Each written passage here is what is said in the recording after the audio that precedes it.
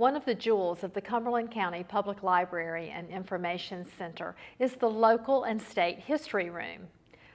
Library Associate Sana Moulder describes the resources available for citizens and some recent updates that have enhanced the room's function and appearance. The Local and State History Room is located on the second floor of the Cumberland County Public Library.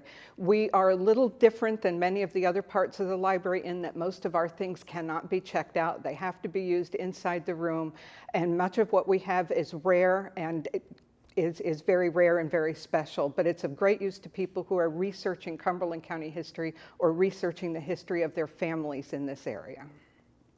We have updated the Local and State History Room pretty extensively. Our updates have been both utilitarian and aesthetic. We have consolidated our collection by moving some of the items that are not specific to our mission out to the general part of the library where they can be accessed more easily.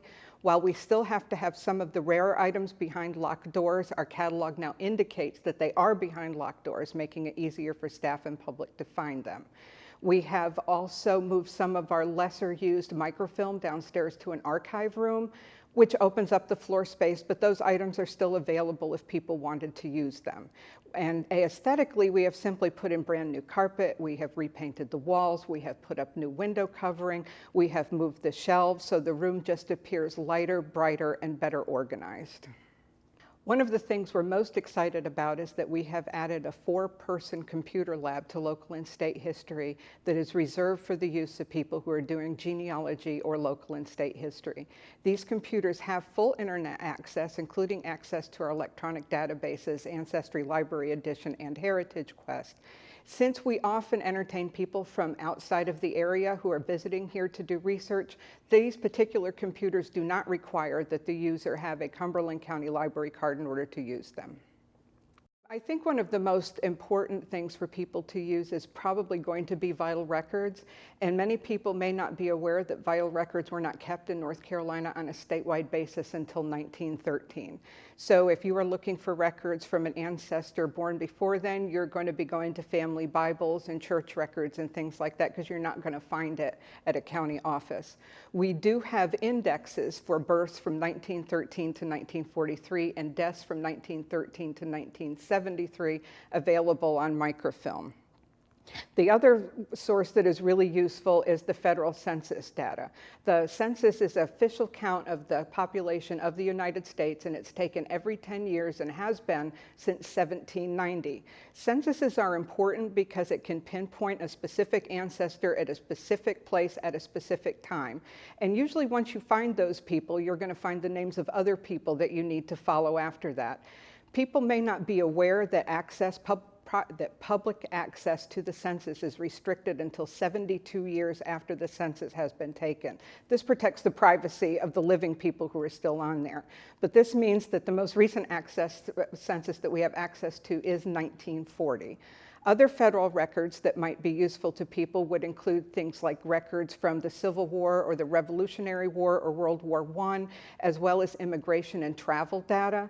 County records that we have that would be useful would be land grants, will and deed abstracts, family histories, and various other things that we have upstairs. We offer many classes for genealogy and local history research.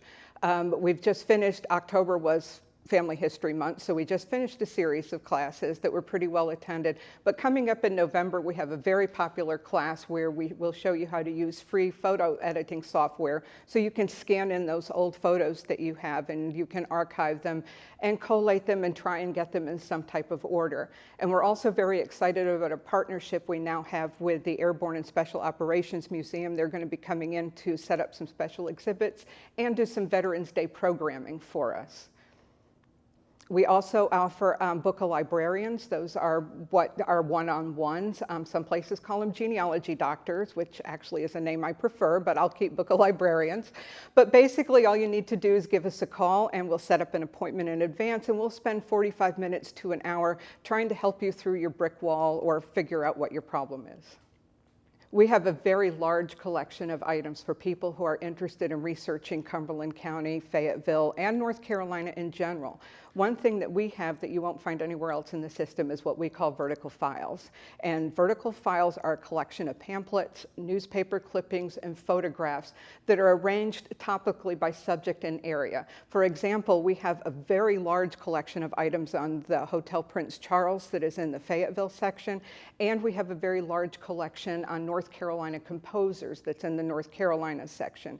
These are not books. These are the other kinds of things that you can find. We have a pretty good selection of yearbooks available. We don't have all of them simply because if you've bought one recently, you know that they're really, really expensive. Most of what we have are donated. Some are available online through digitalnc.org, but we have a pretty good collection of those that are available. We also have newspapers on microfilm dating back to 1815, and this includes what is now the Fayetteville Observer. And one thing that people seem to forget is that Sherman burned the Fayetteville Observer offices when he came through town in March of 1865. And it took until 1883 till they could get the presses and the offices rebuilt. So there was no Fayetteville Observer from 1865 to 1883. There were a couple of other smaller newspapers in the area that picked up during that time, but not the Observer. One of the things we like to tell people is that there are a few cardinal rules to genealogy. One is you always start with yourself and move backwards. You don't suddenly decide you think you're related to Queen Mary and try and trace that forward, because that's not going to work. One of the second ones is remember that you need to document and cite everything. If you can't find a source for it, then people aren't going to accept that it actually happened. What you really want to do is set it up so someone can come behind you and replicate your steps. And probably the most important thing to remember is that you are never, ever finished with your genealogy. Each new person that you find means that there are at least two more, that person's parents. If anybody is interested in coming to see our room or starting your own genealogical research, we are located at 300 Maiden Lane in downtown Fayetteville on the second floor, local and state history room.